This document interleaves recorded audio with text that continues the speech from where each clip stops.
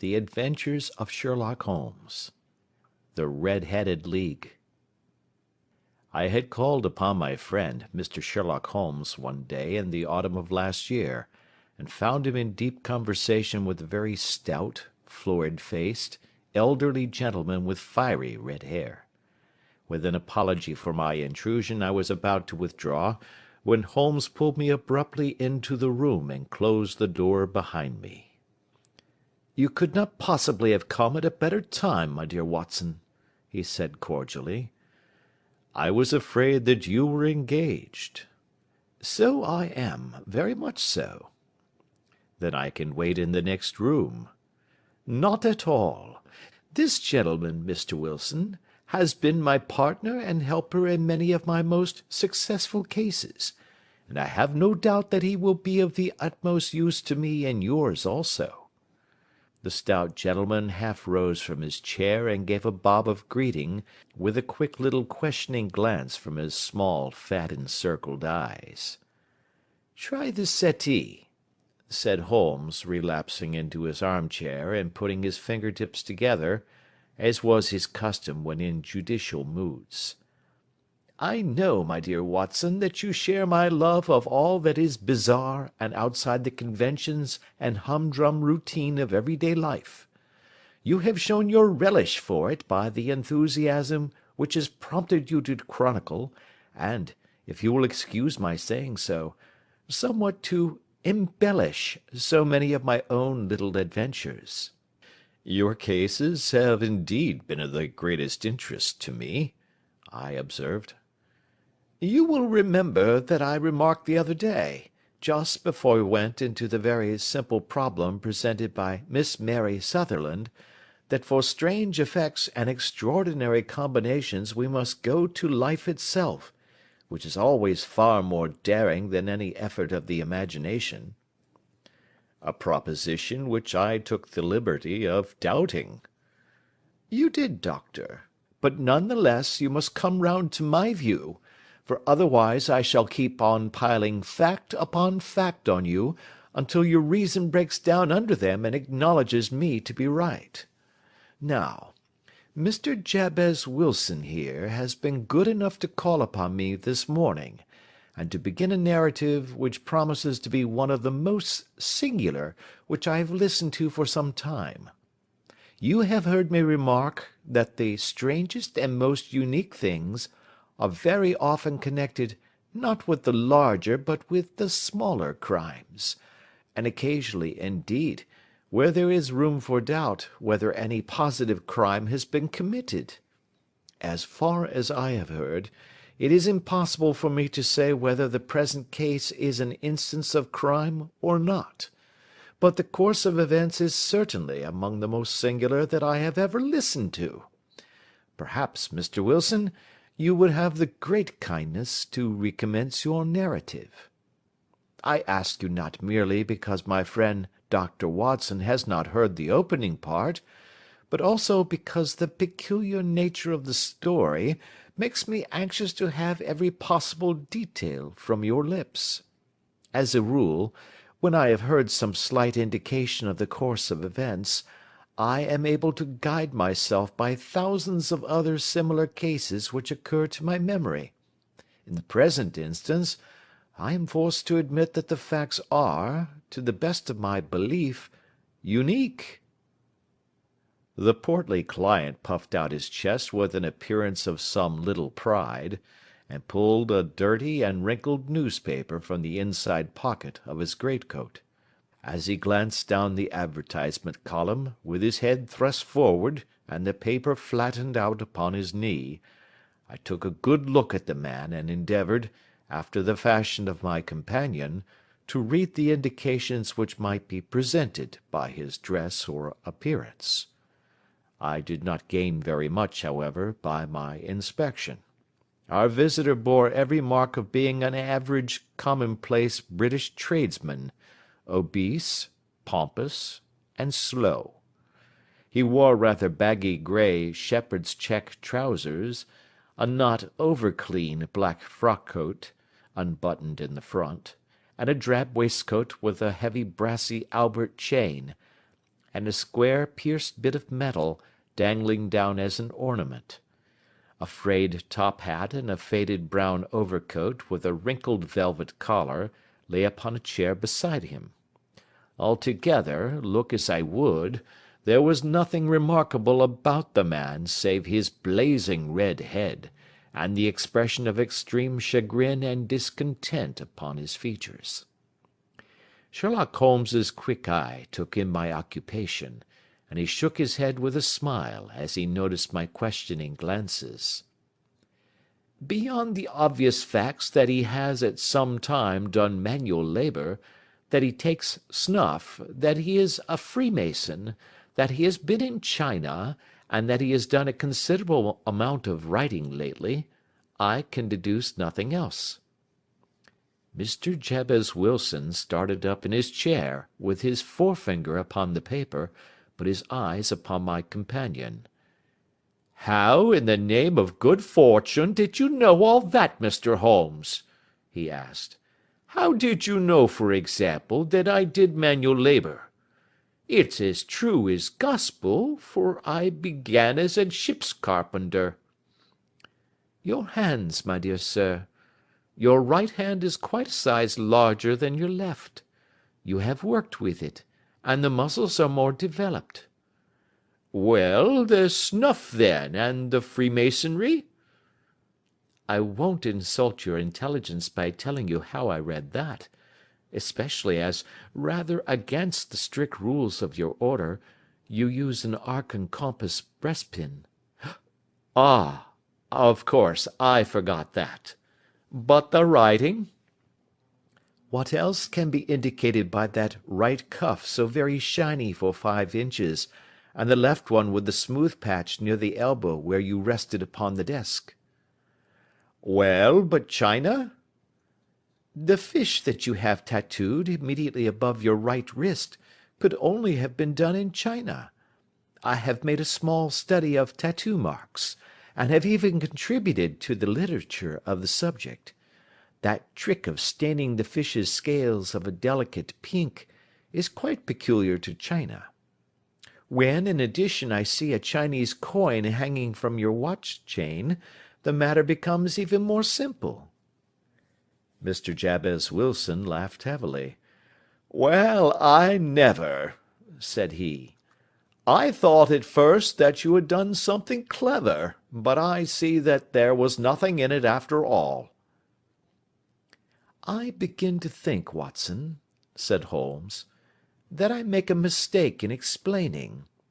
Omne ignoratum pro magnifico, you know, and my poor little reputation, such as it is, will suffer shipwreck if I am so candid. Can you not find the advertisement, Mr. Wilson?" "Yes, I have got it now," he answered with his thick red finger planted halfway down the column. "Here it is. This is what began it all. You just read it for yourself, sir." I took the paper from him and read as follows: "To the Red-Headed League. On account of the bequest of the late Ezekiah Hopkins, of Lebanon, Pennsylvania, USA, there is now another vacancy open which entitles a member of the League to a salary of £4 a week for purely nominal services. All red-headed men who are sound in body and mind, and above the age of 21 years, are eligible. Apply in person on Monday at 11 o'clock to Duncan Ross, at the offices of the League, 7 Pope's Court, Fleet Street." "What on earth does this mean?" I ejaculated after I had twice read over the extraordinary announcement. Holmes chuckled and wriggled in his chair, as was his habit when in high spirits. "It is a little off the beaten track, isn't it?" said he. "And now, Mr. Wilson, off you go at scratch and tell us all about yourself, your household, and the effect which this advertisement had upon your fortunes. You will first make a note, Doctor, of the paper and the date."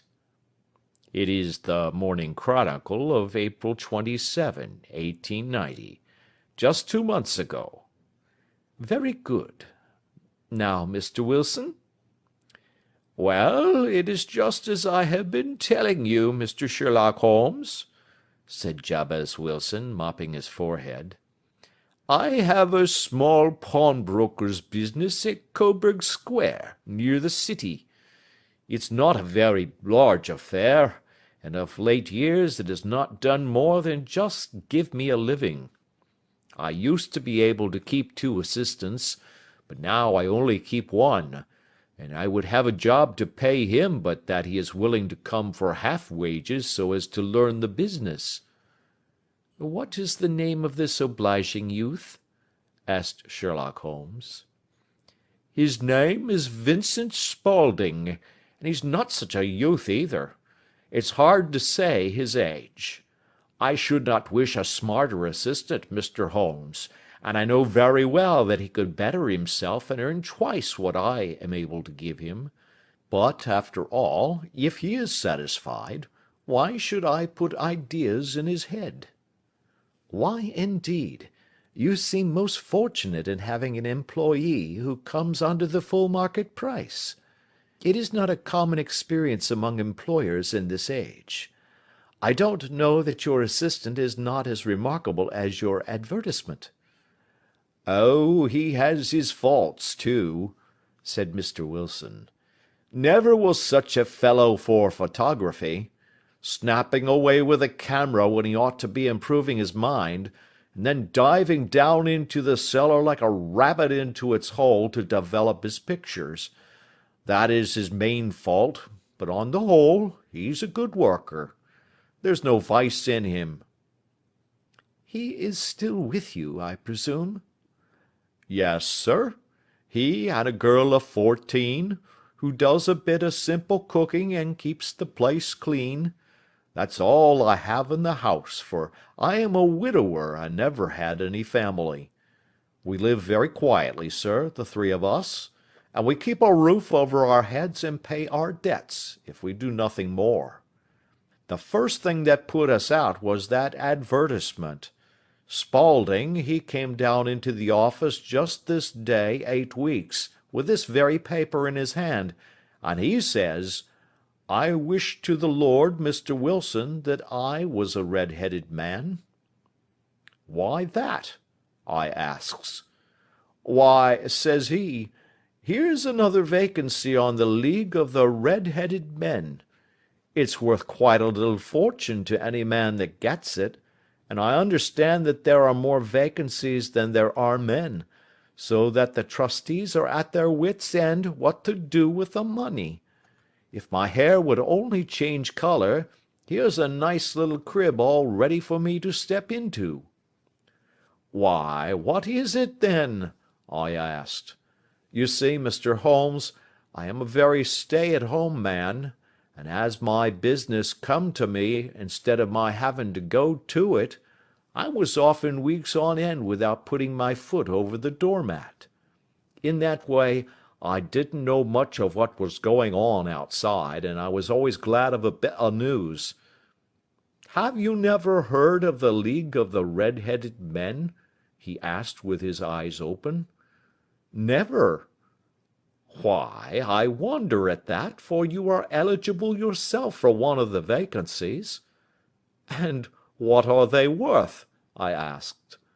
'Oh, merely a couple of hundred a year, but the work is slight, and it need not interfere very much with one's other occupations.'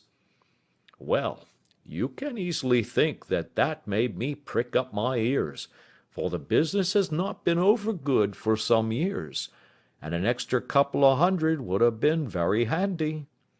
'Tell me all about it,' said I. 'Well,' said he, showing me the advertisement, 'you can see for yourself that the League has a vacancy, and there is the address where you should apply for particulars. As far as I can make out, the League was founded by an American millionaire, Ezekiah Hopkins, who was very peculiar in his ways. He was himself red-headed, and he had a great sympathy for all red-headed men. So, when he died, it was found that he had left his enormous fortune in the hands of trustees, with instructions to apply the interest to the providing of easy berths to men whose hair is of that colour. From all I hear, it is splendid pay and very little to do." "But," said I, "there would be millions of red-headed men who would apply." "Not so many as you might think," he answered. "You see, it is really confined to Londoners and to grown men. This American had started from London when he was young, and he wanted to do the old town a good turn. Then again, I have heard it is no use your applying if your hair is light red, or dark red, or anything but real bright, blazing, fiery red. Now, if you cared to apply, Mr. Wilson, you would just walk in, but perhaps it would hardly be worth your while to put yourself out of the way for the sake of a few £100. Now, it is a fact, gentlemen, as you may see for yourselves, that my hair is of a very full and rich tint, so that it seemed to me that if there was to be any competition in the matter, I stood as good a chance as any man that I had ever met. Vincent Spaulding seemed to know so much about it that I thought he might prove useful, so I just ordered him to put up the shutters for the day, and to come right away with me.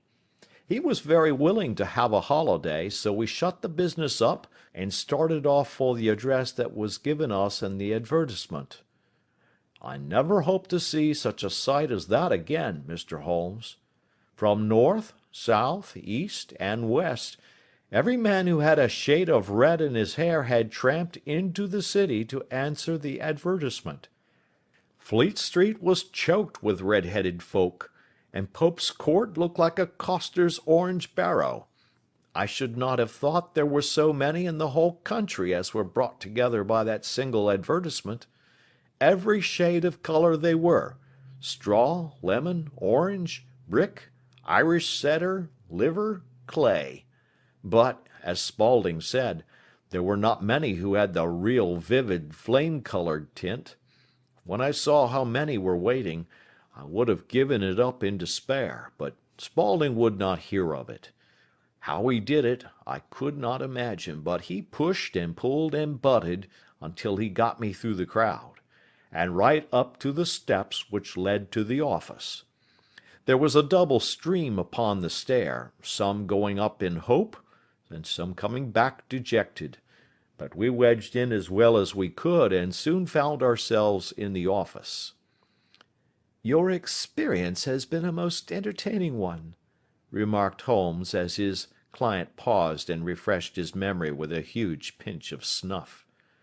"Pray continue your very interesting statement." "There was nothing in the office but a couple of wooden chairs and a deal table, behind which sat a small man with a head that was even redder than mine. He said a few words to each candidate as he came up, and then he always managed to find some fault in them which would disqualify them. Getting a vacancy did not seem to be such a very easy matter, after all. However, when our turn came, the little man was much more favourable to me than to any of the others, and he closed the door as we entered, so that he might have a private word with us. 'This is Mr. Jabez Wilson,' said my assistant, 'and he is willing to fill a vacancy in the League.' 'And he is admirably suited for it,' the other answered. 'He has every requirement. I cannot recall when I have seen anything so fine.' He took a step backward, cocked his head on one side, and gazed at my hair until I felt quite bashful. Then suddenly he plunged forward, wrung my hand, and congratulated me warmly on my success. 'It would be injustice to hesitate,' said he. 'You will, however, I am sure, excuse me for taking an obvious precaution.' With that he seized my hair in both his hands and tugged until I yelled with the pain. 'There is water in your eyes,' said he as he released me. 'I perceive that all is as it should be. But we have to be careful, for we have twice been deceived by wigs and once by paint. I could tell you tales of cobbler's wax which would disgust you with human nature." He stepped over to the window and shouted through it at the top of his voice that the vacancy was filled. A groan of disappointment came up from below, and the folk all trooped away in different directions until there was not a red head to be seen except my own and that of the manager. "My name," said he, "is Mr. Duncan Ross, and I am myself one of the pensioners upon the fund left by our noble benefactor. Are you a married man, Mr. Wilson? Have you a family?" I answered that I had not. His face fell immediately. "Dear me," he said gravely, "that is very serious indeed. I am sorry to hear you say that. The fund was, of course, for the propagation and spread of the red heads as well as for their maintenance. It is exceedingly unfortunate that you should be a bachelor." My face lengthened at this, Mr. Holmes, for I thought that I was not to have the vacancy after all, but after thinking it over for a few minutes he said that it would be all right. "In the case of another," said he, "the objection might be fatal, but we must stretch a point in favor of a man with such a head of hair as yours. When shall you be able to enter upon your new duties?" "Well, it is a little awkward, for I have a business already," said I. "Oh, never mind about that, Mr. Wilson," said Vincent Spaulding. "I shall be able to look after that for you." "What would be the hours?" I asked. 10 to 2. Now, a pawnbroker's business is mostly done of an evening, Mr. Holmes, especially Thursday and Friday evening, which is just before payday, so it would suit me very well to earn a little in the mornings. Besides, I knew that my assistant was a good man, and that he would see to anything that turned up. "That would suit me very well," said I. "And the pay?" "Is £4 a week." "And the work?" "Is purely nominal." "What do you call purely nominal?" "Well, you have to be in the office, or at least in the building, the whole time. If you leave, you forfeit your whole position forever. The will is very clear upon that point. You don't comply with the conditions if you budge from the office during that time." "It's only 4 hours a day, and I should not think of leaving," said I. "No excuse will avail," said Mr. Duncan Ross, "neither sickness nor business nor anything else. There you must stay, or you lose your billet." "And the work?" "Is to copy out the Encyclopaedia Britannica. There is the first volume of it in that press. You must find your own ink, pens, and blotting paper, but we provide this table and chair. Will you be ready tomorrow?" "Certainly," I answered. "Then good-bye, Mr. Jabez Wilson, and let me congratulate you once more on the important position which you have been fortunate enough to gain." He bowed me out of the room, and I went home with my assistant, hardly knowing what to say or do, I was so pleased at my own good fortune. Well, I thought over the matter all day, and by evening I was in low spirits again, for I had quite persuaded myself that the whole affair must be some great hoax or fraud, though what its object might be I could not imagine. It seemed altogether past belief that any one could make such a will, or that they would pay such a sum for doing anything so simple as copying out the Encyclopaedia Britannica. Vincent Spaulding did what he could to cheer me up, but by bedtime I had reasoned myself out of the whole thing. However, in the morning I determined to have a look at it anyhow, so I bought a penny bottle of ink, and with a quill pen and 7 sheets of foolscap paper, I started off for Pope's Court. Well, To my surprise and delight, everything was as right as possible. The table was set out ready for me, and Mr. Duncan Ross was there to see that I got fairly to work. He started me off upon the letter A, and then he left me, but would drop in from time to see that all was right with me. At 2 o'clock he bade me good day, complimented me upon the amount that I had written, and locked the door of the office after me. This went on for day after day, Mr. Holmes, and on Saturday the manager came in and planked down 4 golden sovereigns for my week's work. It was the same next week, and the same the week after. Every morning I was there at 10, and every afternoon I left at 2. By degrees Mr. Duncan Ross took to coming in only once of a morning, and then, after a time, he did not come in at all. Still, of course, I never dared to leave the room for an instant, for I was not sure when he might come, and the billet was such a good one, and suited me so well, that I would not risk the loss of it. 8 weeks passed away like this, and I had written about abbots, and archery, and armor, and architecture in Attica, and hoped with diligence that I might get on to the bees before very long. It cost me something in foolscap, and I had pretty nearly filled a shelf with my writings, and then suddenly the whole business came to an end. To an end? Yes, sir, and no later than this morning. I went to my work as usual at 10 o'clock, but the door was shut and locked, with a little square of cardboard hammered on to the middle of the panel with a tack. Here it is, and you can read for yourself. He held up a piece of white cardboard about the size of a sheet of notepaper. It read in this fashion: "The Red-Headed League is dissolved. October 9, 1890. Sherlock Holmes and I surveyed this curt announcement and the rueful face behind it, until the comical side of the affair so completely overtopped every other consideration that we both burst out into a roar of laughter. "I cannot see that there is anything very funny," cried our client, flushing up to the roots of his flaming head. "If you can do nothing better than laugh at me, I can go elsewhere." "No, no," cried Holmes, shoving him back into the chair from which he had half risen.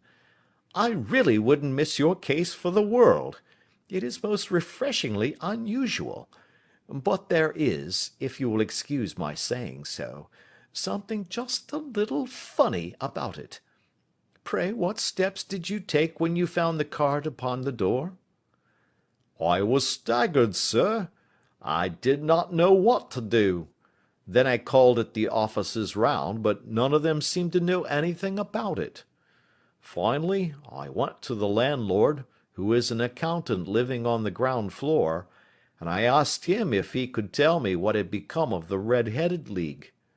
He said that he had never heard of any such body. Then I asked him who Mr. Duncan Ross was. He answered that the name was new to him. "Well," said I, "the gentleman at number 4. "What, the red-headed man?" "Yes." "Oh," said he, "his name was William Morris. He was a solicitor, and was using my room as a temporary convenience until his new premises were ready. He moved out yesterday." "Where could I find him?" "Oh, at his new offices? He did tell me the address. Yes, 17 King Edward Street, near St. Paul's." I started off, Mr. Holmes, but when I got to that address it was a manufactory of artificial knee-caps, and no one in it had ever heard of either Mr. William Morris or Mr. Duncan Ross. "And what did you do then?" asked Holmes. "I went home to Saxe Coburg Square, and I took the advice of my assistant, but he could not help me in any way. He could only say that if I waited I should hear by post. But that was not quite good enough, Mr. Holmes. I did not wish to lose such a place without a struggle. So, as I have heard that you were good enough to give advice to poor folk who were in need of it, I came right away to you." "And you did very wisely," said Holmes. "Your case is an exceedingly remarkable one, and I shall be happy to look into it. From what you have told me, I think it is possible that graver issues hang from it than might at first sight appear." "Grave enough," said Mr. Jabez Wilson. "Why, I have lost £4 a week." "As far as you are personally concerned," remarked Holmes, "I do not see that you have any grievance against this extraordinary league. On the contrary, you are, as I understand, richer by some £30, to say nothing of the minute knowledge which you have gained on every subject which comes under the letter A. You have lost nothing by them." "No, sir, but I want to find out about them, and who they are, and what their object was in playing this prank, if it was a prank, upon me. It was a pretty expensive joke for them, for it cost them £32. "We shall endeavour to clear up these points for you. And first, one or two questions, Mr. Wilson. This assistant of yours, who first called your attention to the advertisement, how long has he been with you?" "About a month, then." "How did he come?" "In answer to an advertisement." "Was he the only applicant?" "No, I had a dozen." "Why did you pick him?" "Because he was handy and would come cheap." "At half wages, in fact?" "Yes." "What is he like, this Vincent Spaulding?" "Small, stout built, very quick in his ways, no hair on his face, though he's not short of 30. Has a white splash of acid upon his forehead." Holmes sat up in his chair in considerable excitement. "I thought as much," said he. "Have you ever observed that his ears are pierced for earrings?" "Yes, sir. He told me that a gypsy had done it for him when he was a lad." Said Holmes, sinking back in deep thought. "He is still with you?" "Oh, yes, sir. I have only just left him." "And has your business been attended to in your absence?" "Nothing to complain of, sir. There's never very much to do of a morning." "That will do, Mr. Wilson. I shall be happy to give you an opinion upon the subject in the course of a day or two. To-day is Saturday, and I hope that by Monday we may come to a conclusion." "Well, Watson," said Holmes, when our visitor had left us, "what do you make of it all?" "I make nothing of it," I answered frankly. "It is a most mysterious business." "As a rule," said Holmes, "the more bizarre a thing is, the less mysterious it proves to be. It is your commonplace featureless crimes which are really puzzling, just as a commonplace face is the most difficult to identify. But I must be prompt over this matter." "What are you going to do, then?" I asked. "To smoke," he answered. "It is quite a three-pipe problem, and I beg that you won't speak to me for 50 minutes." He curled himself up in his chair, with his thin knees drawn up to his hawk-like nose, and there he sat with his eyes closed and his black clay pipe thrusting out like the bill of some strange bird. I had come to the conclusion that he had dropped asleep, and indeed was nodding myself, when he suddenly sprang out of his chair with the gesture of a man who has made up his mind, and put his pipe down upon the mantelpiece. "Sarasate plays at St. James's Hall this afternoon," he remarked. "What do you think, Watson? Could your patient spare you for a few hours?" "I have nothing to do to-day. My practice is never very absorbing." Then put on your hat and come. I am going through the city first, and we can have some lunch on the way. I observe that there is a good deal of German music on the programme, which is rather more to my taste than Italian or French. It is introspective, and I want to introspect. Come along." We travelled by the Underground as far as Aldersgate, and a short walk took us to Saxe Coburg Square, the scene of the singular story which we had listened to in the morning.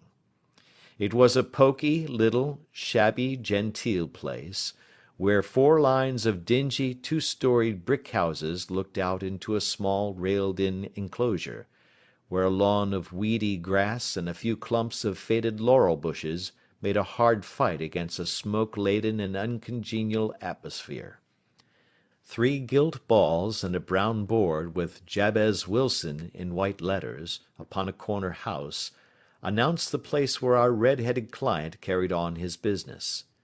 Sherlock Holmes stopped in front of it with his head on one side and looked it all over, with his eyes shining brightly between puckered lids. Then he walked slowly up the street, and then down again to the corner, still looking keenly at the houses. Finally he returned to the pawnbroker's, and, having thumped vigorously upon the pavement with his stick 2 or 3 times, he went up to the door and knocked. It was instantly opened by a bright-looking, clean-shaven young fellow, who asked him to step in. "Thank you," said Holmes. "I only wished to ask you how you would go from here to the Strand." "Third right, fourth left," answered the assistant promptly, closing the door. "Smart fellow, that," observed Holmes as we walked away. "He is, in my judgment, the 4th smartest man in London, and for daring I am not sure that he has not a claim to be 3rd. I have known something of him before." "Evidently," said I, "Mr. Wilson's assistant counts for a good deal in this mystery of the Red-Headed League. I am sure that you inquired your way merely in order that you might see him." "Not him." "What then?" "The knees of his trousers." "And what did you see?" "What I expected to see." "Why did you beat the pavement?" "My dear doctor, this is a time for observation, not for talk. We are spies in an enemy's country. We know something of Saxe Coburg Square. Let us now explore the parts which lie behind it." The road in which we found ourselves as we turned round the corner from the retired Saxe Coburg Square presented as great a contrast to it as the front of a picture does to the back. It was one of the main arteries which conveyed the traffic of the city to the north and west. The roadway was blocked with the immense stream of commerce flowing in a double tide inward and outward, while the footpaths were black with the hurrying swarm of pedestrians. It was difficult to realise, as we looked at the line of fine shops and stately business premises, that they really abutted on the other side upon the faded and stagnant square which we had just quitted. "Let me see," said Holmes, standing at the corner and glancing along the line. "I should like just to remember the order of the houses here. It is a hobby of mine to have an exact knowledge of London.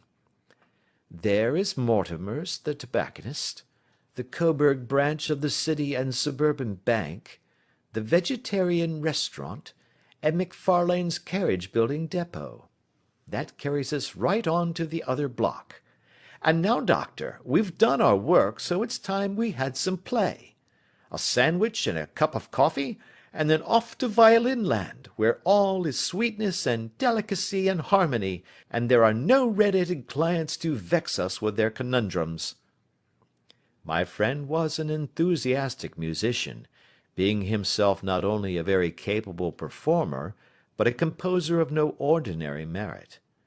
All the afternoon he sat in the stalls, wrapped in the most perfect happiness, gently waving his long, thin fingers in time to the music, while his gently smiling face and his languid, dreamy eyes whereas unlike those of Holmes the sleuth-hound, Holmes the relentless, keen-witted, ready-handed criminal agent, as it was possible to conceive.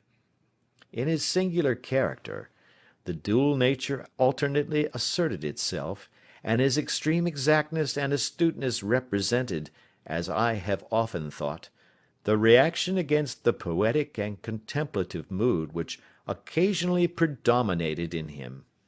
The swing of his nature took him from extreme languor to devouring energy, and as I knew well, he was never so truly formidable as when, for days on end, he had been lounging in his armchair amid his improvisations and his black-letter editions. Then it was that the lust of the chase would suddenly come upon him, and that his brilliant reasoning power would rise to the level of intuition, until those who were unacquainted with his methods would look askance at him as on a man whose knowledge was not that of other mortals. When I saw him that afternoon so enwrapped in the music at St. James's Hall, I felt that an evil time might be coming upon those whom he had set himself to hunt down. "You want to go home, no doubt, Doctor?" he remarked as we emerged. "Yes, it could be as well." "And I have some business to do which will take some hours. This business at Coburg Square is serious." "Why serious?" "A considerable crime is in contemplation. I have every reason to believe that we shall be in time to stop it. But today being Saturday rather complicates matters. I shall want your help tonight." "At what time?" 10 will be early enough. I shall be at Baker Street at 10. "Very well. And, I say, Doctor, there may be some little danger, so kindly put your army revolver in your pocket." He waved his hand, turned on his heel, and disappeared in an instant among the crowd. I trust that I am not more dense than my neighbours, but I was always oppressed with the sense of my own stupidity in my dealings with Sherlock Holmes. Here I had heard what he had heard, I had seen what he had seen, and yet from his words it was evident that he saw clearly not only what had happened but what was about to happen, while to me the whole business was still confused and grotesque. As I drove home to my house in Kensington, I thought over it all, with the extraordinary story of the red-headed copier of the Encyclopaedia, down to the visit to Saxe Coburg Square, and the ominous words with which he had parted from me. What was this nocturnal expedition, and why should I go armed? Where were we going, and what were we to do? I had the hint from Holmes that this smooth-faced pawnbroker's assistant was a formidable man, a man who might play a deep game. I tried to puzzle it out, but only gave it up in despair and set the matter aside until night should bring an explanation. It was 9:15 when I started from home and made my way across the park, and so through Oxford Street to Baker Street. 2 hansoms were standing at the door, and as I entered the passage I heard the sound of voices from above. On entering his room, I found Holmes in animated conversation with 2 men, one of whom I recognised as Peter Jones, the official police agent, while the other was a long, thin, sad-faced man, with a very shiny hat and oppressively respectable frock coat. "Ha! Our party is complete," said Holmes, buttoning up his pea-jacket, and taking his heavy hunting crop from the rack. "Watson, I think you know Mr. Jones of Scotland Yard? Let me introduce you to Mr. Merryweather, who is to be our companion in tonight's adventure." "We're hunting in couples again, Doctor, you see," said Jones in his consequential way. "Our friend here is a wonderful man for starting a chase. All he wants is an old dog to help him do the running down." "I hope a wild goose may not prove to be the end of our chase," observed Mr. Merryweather gloomily. You may place considerable confidence in Mr. Holmes, sir, said the police agent loftily. He has his own little methods, which are, if you won't mind my saying so, just a little too theoretical and fantastic, but he has the makings of a detective in him. It is not too much to say that once or twice, as in that business of the Sholto murder and the Agra treasure, he has been more nearly correct than the official force. Oh, if you say so, Mr. Jones, it is all right, said the stranger with deference. Still, I confess that I miss my rubber. It is the first Saturday night for 27 years that I have not had my rubber. I think you will find, said Sherlock Holmes, that you will play for a higher stake tonight than you have ever done yet, and that the play will be more exciting. For you, Mr. Merryweather, the stake will be some £30,000, and for you, Jones, it will be the man upon whom you wish to lay your hands. John Clay, the murderer, thief, smasher, and forger. He's a young man, Mr. Merryweather, but he is at the head of his profession, and I would rather have my bracelets on him than on any criminal in London. He's a remarkable man, is young John Clay. His grandfather was a royal duke, and he himself has been to Eton and Oxford. His brain is as cunning as his fingers, and though we meet signs of him at every turn, we never know where to find the man himself. He'll crack a crib in Scotland one week, and be raising money to build an orphanage in Cornwall the next. I've been on his track for years and have never set eyes on him yet. I hope that I may have the pleasure of introducing you tonight. I've had one or two little turns also with Mr. John Clay, and I agree with you that he is at the head of his profession. It is past 10, however, and quite time that we started. If you two will take the first hansom, Watson and I will follow in the second. Sherlock Holmes was not very communicative during the long drive, and lay back in the cab humming the tunes which he had heard in the afternoon. We rattled through an endless labyrinth of gas-lit streets, until we emerged into Farrington Street. We are close there now, my friend remarked. This fellow Merryweather is a bank director, and personally interested in the matter. I thought it as well to have Jones with us also. He is not a bad fellow, though an absolute imbecile in his profession. He has one positive virtue. He is as brave as a bulldog, and as tenacious as a lobster if he gets his claws upon any one. Here we are, and they are waiting for us. We had reached the same crowded thoroughfare in which we had found ourselves in the morning. Our cabs were dismissed, and following the guidance of Mr. Merryweather, we passed down a narrow passage and through a side door, which he opened for us. Within there was a small corridor, which ended in a very massive iron gate. This also was opened, and led down a flight of winding stone steps, which terminated at another formidable gate. Mr. Merryweather stopped to light a lantern, and then conducted us down a dark, earth-smelling passage, and so, after opening a third door, into a huge vault or cellar, which was piled all round with crates and massive boxes. "You are not very vulnerable from above," Holmes remarked as he held up the lantern and gazed about him. "Nor from below," said Mr. Merryweather, striking his stick upon the flags which lined the floor. "Why, dear me, it sounds quite hollow," he remarked, looking up in surprise. "I must really ask you to be a little more quiet," said Holmes severely. "You have already imperilled the whole success of our expedition. Might I beg that you would have the goodness to sit down upon one of these boxes, and not to interfere?" The solemn Mr. Merryweather perched himself upon a crate, with a very injured expression upon his face, while Holmes fell upon his knees upon the floor, and, with the lantern and a magnifying lens, began to examine minutely the cracks between the stones. A few seconds sufficed to satisfy him, for he sprang to his feet again and put his glass in his pocket.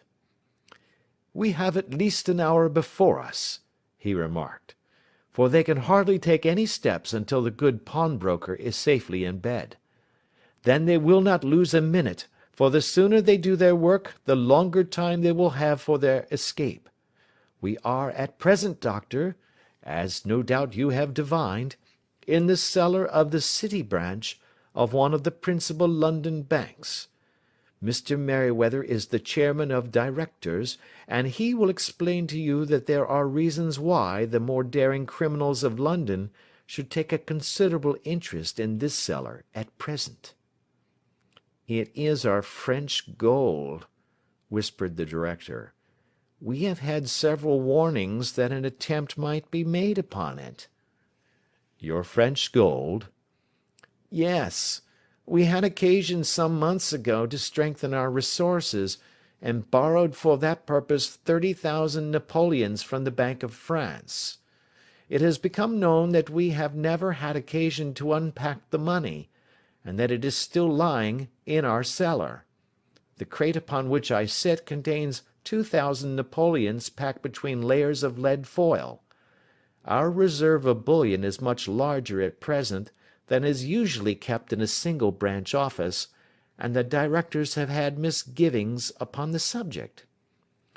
"Which were very well justified," observed Holmes. "And now it is time that we arranged our little plans. I expect that within an hour matters will come to a head. In the meantime, Mr. Merryweather, we must put the screen over that dark lantern." "And sit in the dark?" "I am afraid so.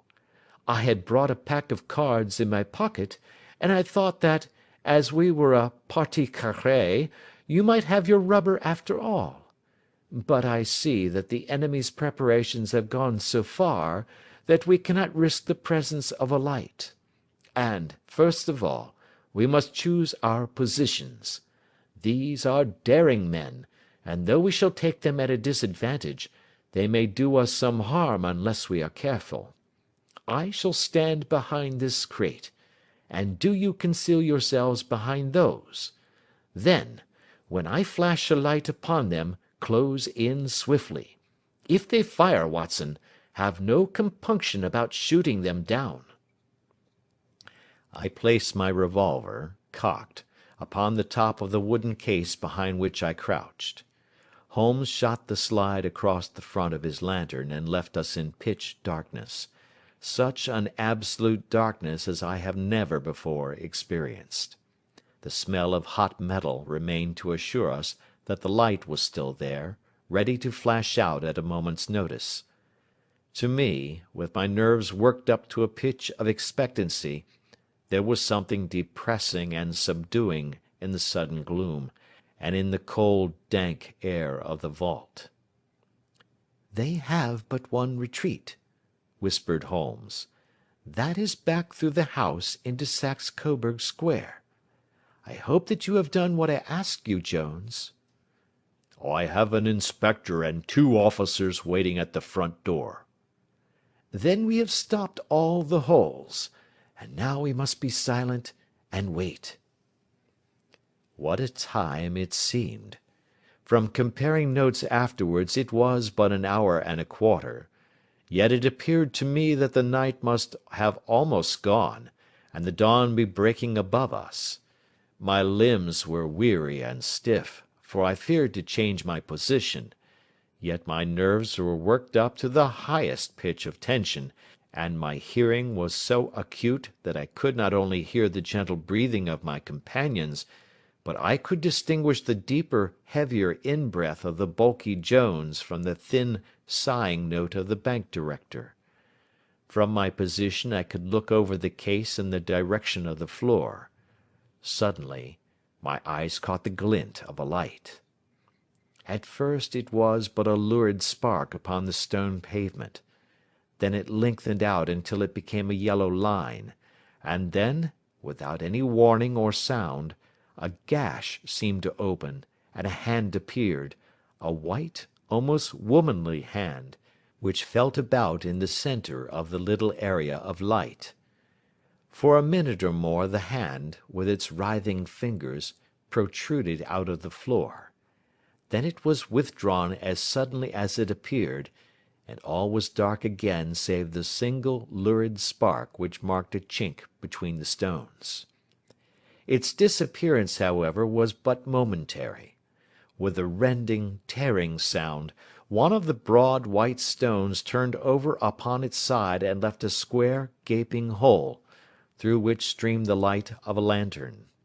Over the edge there peeped a clean-cut, boyish face, which looked keenly about it, and then, with a hand on either side of the aperture, drew itself shoulder-high and waist-high, until one knee rested upon the edge. In another instant he stood at the side of the hole and was hauling after him a companion, lithe and small like himself, with a pale face, and a shock of very red hair. "It's all clear," he whispered. "Have you the chisel and the bags? Great Scott! Jump, Archie, jump, and I'll swing for it." Sherlock Holmes had sprung out and seized the intruder by the collar. The other dived down the hole, and I heard the sound of rending cloth as Jones clutched at his skirts. The light flashed upon the barrel of a revolver, but Holmes's hunting crop came down on the man's wrist, and the pistol clinked upon the stone floor. "It's no use, John Clay," said Holmes blandly. "You have no chance at all." "So I see," the other answered with the utmost coolness. "I fancy that my pal is all right, though I see you have got his coat-tails." "There are 3 men waiting for him at the door," said Holmes. "Oh, indeed. You seem to have done the thing very completely. I must compliment you." "And I you," Holmes answered. "Your red-headed idea was very new and effective." "You'll see your pal again presently," said Jones. "He's quicker at climbing down holes than I am.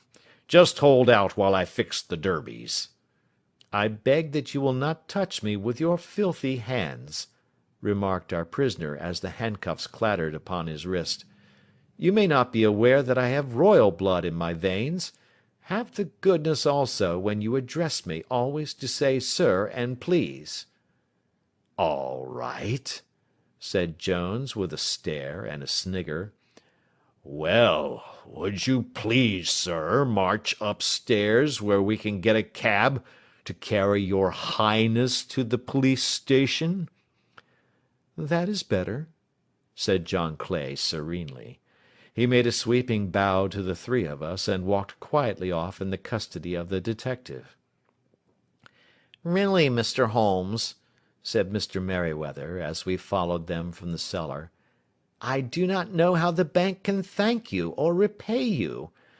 There is no doubt that you have detected and defeated in the most complete manner one of the most determined attempts at bank robbery that have ever come within my experience." "I have had 1 or 2 little scores of my own to settle with Mr. John Clay," said Holmes. "I have been at some small expense over this matter, which I shall expect the bank to refund, but beyond that I am amply repaid by having had an experience which is in many ways unique, and by hearing the very remarkable narrative of the Red-headed League. You see, Watson," he explained in the early hours of the morning, as we sat over a glass of whiskey and soda in Baker Street, "it was perfectly obvious from the first that the only possible object of this rather fantastic business of the advertisement of the League, and the copying of the Encyclopaedia, must be to get this not over-bright pawnbroker out of the way for a number of hours every day. It was a curious way of managing it, but really it would be difficult to suggest a better. The method was no doubt suggested to Clay's ingenious mind by the colour of his accomplice's hair. The £4 a week was a lure which must draw him, and what was it to them, who were playing for thousands. They put in the advertisement, one rogue has the temporary office, the other rogue incites the man to apply for it, and together they manage to secure his absence every morning in the week. From the time that I heard of the assistant having come for half wages, it was obvious to me that he had some strong motive for securing the situation. But how could you guess what the motive was? Had there been women in the house, I should have suspected a mere vulgar intrigue. That, however, was out of the question. The man's business was a small one, and there was nothing in his house which could account for such elaborate preparations, and such an expenditure as they were at. It must then be something out of the house. What could it be? I thought of the assistant's fondness for photography, and his trick of vanishing into the cellar. The cellar! There was the end of this tangled clue. Then I made inquiries as to this mysterious assistant, and found that I had to deal with one of the coolest and most daring criminals in London. He was doing something in the cellar, something which took many hours a day for months on end. What could it be, once more? I could think of nothing save that he was running a tunnel to some other building. So far I had got when we went to visit the scene of action. I surprised you by beating upon the pavement with my stick. I was ascertaining whether the cellar stretched out in front or behind. It was not in front. Then I rang the bell, and as I hoped, the assistant answered it. We have had some skirmishes, but we had never set eyes upon each other before. I hardly looked at his face. His knees were what I wished to see. You must yourself have remarked how worn, wrinkled, and stained they were. They spoke of those hours of burrowing. The only remaining point was what they were burrowing for. I walked round the corner, saw the City and Suburban Bank abutted on our friend's premises, and felt that I had solved my problem. When you drove home after the concert, I called upon Scotland Yard and upon the chairman of the bank directors, with the result that you have seen. And how could you tell that they would make their attempt to-night? I asked. Well, when they closed their League offices, that was the sign that they cared no longer about Mr. Jabez Wilson's presence. In other words, that they had completed their tunnel. But it was essential that they should use it soon, as it might be discovered, or the bullion might be removed. Saturday would suit them better than any other day, as it would give them 2 days for their escape. For all these reasons, I expected them to come to-night. You reasoned it out beautifully, I exclaimed in unfeigned admiration. It is so long a chain, and yet every link rings true. It saved me from ennui, he answered, yawning. Alas! I already feel it closing in upon me. My life is spent in one long effort to escape from the commonplaces of existence. These little problems help me to do so. And you are a benefactor of the race, said I. He shrugged his shoulders. Well, perhaps, after all, it is of some little use, he remarked. L'homme c'est rien, l'œuvre c'est tout, as Gustave Flaubert wrote to George Sand.